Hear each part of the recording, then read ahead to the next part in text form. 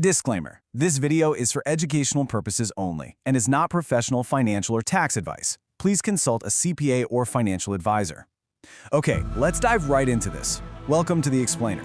Today, we're taking a super fascinating, incredibly timely look at the economic reality of 2026.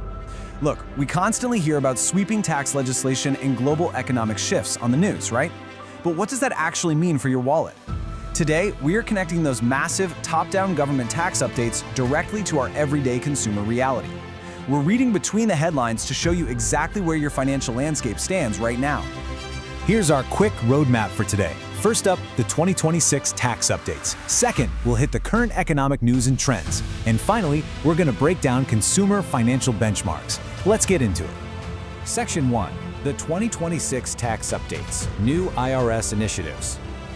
Right now, if you hop onto the digital front page of the IRS, you're going to see some highly specific new initiatives front and center. The newly implemented One Big Beautiful Bill is rolling out, and it's bringing some really significant effects on federal taxes, credits, and deductions. Also, under the Working Families tax cuts, we're seeing the introduction of Trump accounts, which are officially permitted to be set up for American children. And just a quick heads up, the IRS free file system remains open until October 15th. But the crucial takeaway here, the tax foundation is officially shifting at the highest levels, bringing broad legislative changes that are absolutely going to redefine how families file moving forward. Section 2. Economic news and trends. What's driving the market? So look at the major events driving the 2026 economy. It is a highly complex mix of global and domestic pressures. The market is currently absorbing a full year of Trump's tariffs. Simultaneously, consumers are feeling a massive pinch at the pump, with gas prices hitting their absolute highest level since the start of the war. Over in the corporate sector, Spirit Airlines has officially shut down. Yet, amidst all this incredible turbulence, mortgage rates are holding steady, while the Federal Reserve maintains its current position. When you connect the dots here, you see a really volatile economic environment where global tensions and corporate shifts are directly squeezing our daily expenses. And this brilliantly illustrates the central tension in our current market. Mortgage rates steady as Fed holds despite global tensions. This single quote perfectly captures the macroeconomic holding pattern we find ourselves in. You see, the Federal Reserve's current stance dictates the cost of borrowing for everyday Americans. It's essentially serving as this massive, immovable anchor point, while the rest of the economy, from soaring gas prices to major airline bankruptcies, experiences significant, rapid turbulence. The Fed is literally just waiting to see how these global and political dominoes fall before they make their next move. Section 3. Consumer financial benchmarks. The wallet impact. All right, let's bring this down to the micro level and break down the current mortgage landscape. We're contrasting the absolute best available rates highlighted on NerdWallet against national averages sourced from Zillow. For a standard 30-year fixed mortgage, the best possible rate is 6.15%. However, the national average is sitting much higher at 6.76%. For a 15-year fixed, you're looking at a best rate of 6.03% versus a 6.22% average. So what's the takeaway? It's the sheer premium buyers face if they don't do their homework.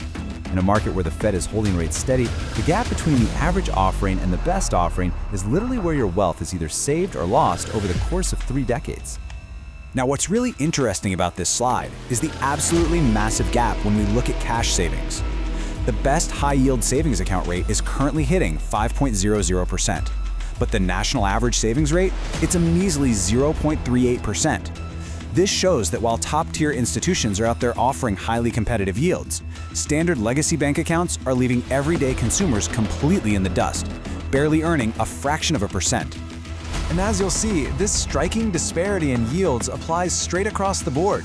Looking at a 1-year CD, you can lock in 4.10% at the best rates, compared to a remarkably low 1.53% average.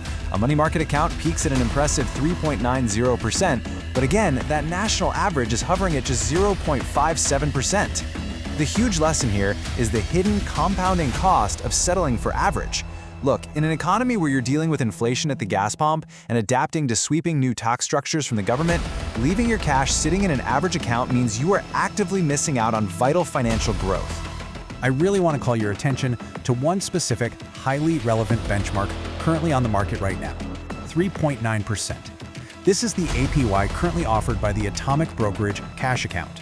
According to our sources, this boosted rate applies specifically for the first 6 months on balances up to $250,000. With no account minimums and penalty-free withdrawals, it is a prime example of how modern financial products are being structured to attract your cash right now.